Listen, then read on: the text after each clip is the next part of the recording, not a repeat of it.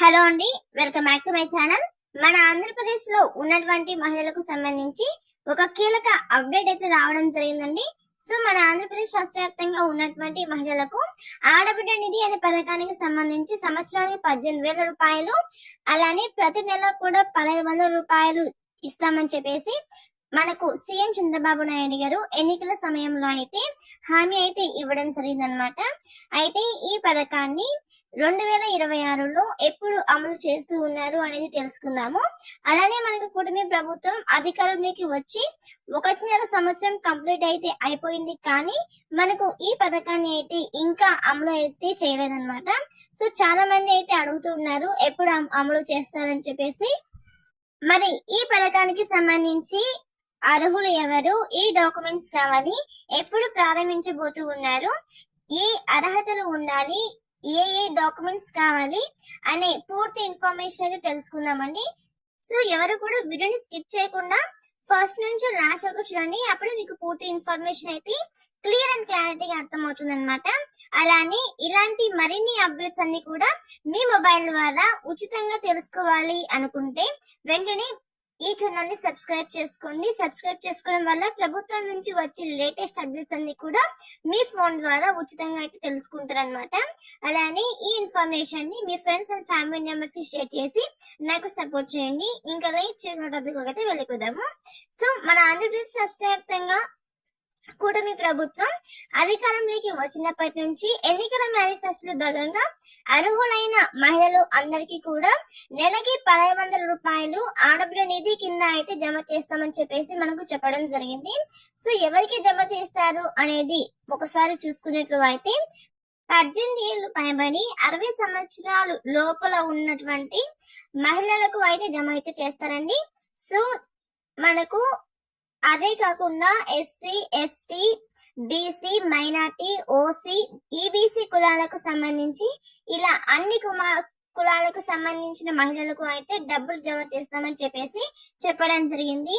అలాగే మనకు ఇప్పటి వరకు చూసుకున్నట్లు అయితే 1.5 సంవత్సరం అయితే కంప్లీట్ అయింది కూటమి ప్రభుత్వం అధికారంలోకి వచ్చి. అయితే ఇంకా అయితే ఈ పథకాన్ని అయితే అమలులోకి తీసుకుని రాలేదన్నమాట. సో చాలా మంది అయితే అడుగుతున్నారు ఎప్పుడు అమలు చేస్తారని చెప్పేసి. సో ఈ పథకానికి సంబంధించి డీటెయిల్ ఇన్ఫర్మేషన్ అంతా కూడా ఈ వీడియో ద్వారా తెలియజేస్తాను. సో ఎవరు కూడా స్కిప్ చేయకుండా ఫస్ట్ నుంచి లాస్ట్ వరకు చూసేయండి.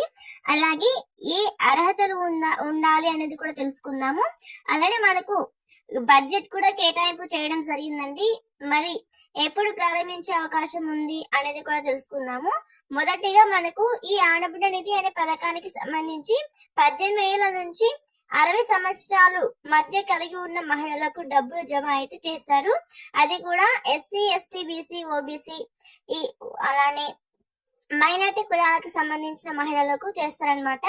అందులో ముఖ్యంగా ఏంటంటే మనకు గతంలో ఏంటంటే గత ప్రభుత్వం ఉన్నప్పుడు అంటే వైఎస్ఆర్ ప్రభుత్వం ఉన్నప్పుడు వైఎస్ఆర్ చేయూత, వైఎస్ఆర్ కప్పు నేస్తం ఇలాంటి పథకాలు ఉండేవి కదా. సో ఆ పథకాల ప్లేస్ లో మనకు ఇప్పుడు ఈ పథకాన్ని అంటే ఈ ఆడబిడ్డ నిధి అనే పథకాన్ని అయితే మనకి గత ప్రభుత్వం ఉన్నప్పుడు అంటే వైఎస్ఆర్ ప్రభుత్వం ఉన్నప్పుడు అయితే సంవత్సరానికి 18,000 ఒకేసారి అయితే వేసేవాళ్ళు అనమాట. కానీ ఇప్పుడు మన కూటమి ప్రభుత్వము నెలకి 1,500 రూపాయలు చొప్పున ఇస్తామని చెప్పేసి చెప్పడం జరిగిందనమాట.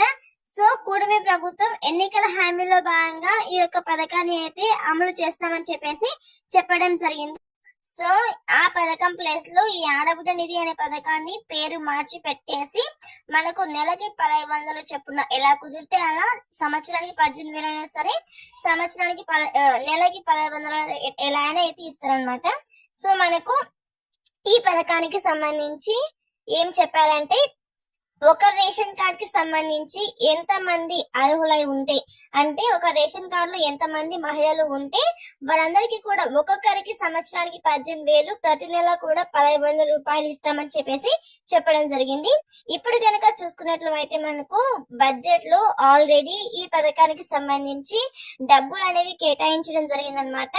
సో ఈ పథకానికి ఇంత ఖర్చు అవుతుంది అని చెప్పేసి మనకు ప్రభుత్వం అయితే ఎస్టిమేషన్ కూడా వేసి బడ్జెట్ కూడా కేటాయించడం జరిగిందనమాట. దాదాపుగా మనకు 3,300 కోట్ల రూపాయలు అయితే ఖర్చు అవుతుందని చెప్పేసి మన కూటమి ప్రభుత్వం అంచనా వేసి మనకు బడ్జెట్ లో కేటాయించడం జరిగిందనమాట. అయినప్పటికీ కూడా మనకు ప్రభుత్వం అయితే ఇంకా ఈ పథకాన్ని రాష్ట్ర వ్యాప్తంగా అయితే అమలు చేయలేదన్నమాట. మరి దీనికి సంబంధించిన విధి విధానాలు గైడ్ లైన్స్ అయితే ప్రభుత్వం అయితే ఇంకా రిలీజ్ చేయవలసి ఉందండి. సో ఈ ఆడబిడ్డ నిధి అనే పథకానికి సంబంధించి ఎవరు అర్హులవుతారు, ఈ పథకానికి సంబంధించి అప్లికేషన్ ప్రాసెస్ ఏంటి అనేది తెలుసుకుందాము. ఫస్ట్ వచ్చేసి మనకు అప్లికేషన్ ప్రాసెస్ అండ్ కావాల్సిన డాక్యుమెంట్స్ అయితే తెలుసుకుందామండి.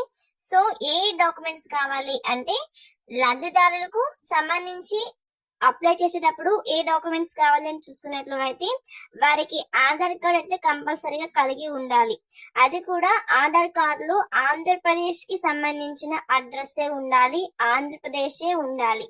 అది కూడా మనకు అప్లై చేసుకునేటప్పుడు మనము గ్రామ లేదా వార్డు సచివాలయంలో అయితే అప్లై చేసుకోవాల్సి ఉంటుంది ఈ పథకానికి సంబంధించి. అలానే మనము లబ్ధిదారులు అప్లై చేసేటప్పుడు గ్రామ లేదా వార్డు సచివాలయానికి వెళ్ళేటప్పుడు ఏ డాక్యుమెంట్స్ కావాలి అని చూసుకున్నట్లు అయితే బ్యాంక్ అకౌంట్, అలానే పాస్బుక్, అలానే caste certificate, income certificate, ration card xerox, Aadhaar card xerox, మీ ఫోటో ఇవన్నీ కూడా తీసుకొని గ్రామ లేదా వార్డు సచివాలయంలో అయితే ఇవ్వాల్సి అయితే ఉంటుంది. సో చాలా మంది అయితే మనకు పోస్ట్ ఆఫీస్ అకౌంట్ ఉండాలి అని చెప్తున్నారండి. సో పోస్ట్ ఆఫీస్ అకౌంట్ అనేది ఏం కంపల్సరీ కాదండి, మనకు కంపల్సరీగా బ్యాంక్ అకౌంట్ అని ఉండాలి. అది ఏ బ్యాంక్ లో అయినా కావచ్చు, ఏ పోస్ట్ ఆఫీస్ లో అయినా కావచ్చు, మనకు కంపల్సరీగా ఒక అకౌంట్ అయితే ఉండాలి. ఎందుకు, మనకు ప్రభుత్వం డబ్బులు మనకి క్యాష్ అయితే ఇవ్వదు కదా, మన బ్యాంక్ అకౌంట్ లో అయితే వేయడం జరుగుతుంది.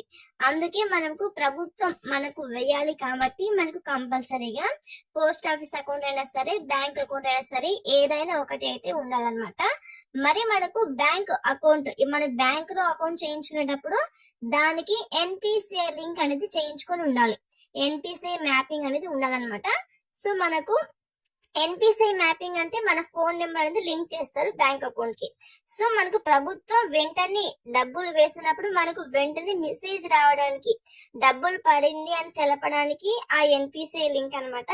సో అలా లింక్ చేసుకోవడం వల్ల ఇది అయితే ఉపయోగం అండి. సో మనకు పోస్ట్ ఆఫీస్ అకౌంట్ అయితే అది ఆటోమేటిక్ గా ఎన్పిసిఐ లింక్ చేసి మనకు పోస్ట్ ఆఫీస్ అకౌంట్ క్రియేట్ చేస్తారు. సో ఇది అంటే bank account, post office account మీ ఇష్టం, ఏదైనా ఒకటే అన్నమాట. బ్యాంక్ అకౌంట్ అయితే కంపల్సరీ.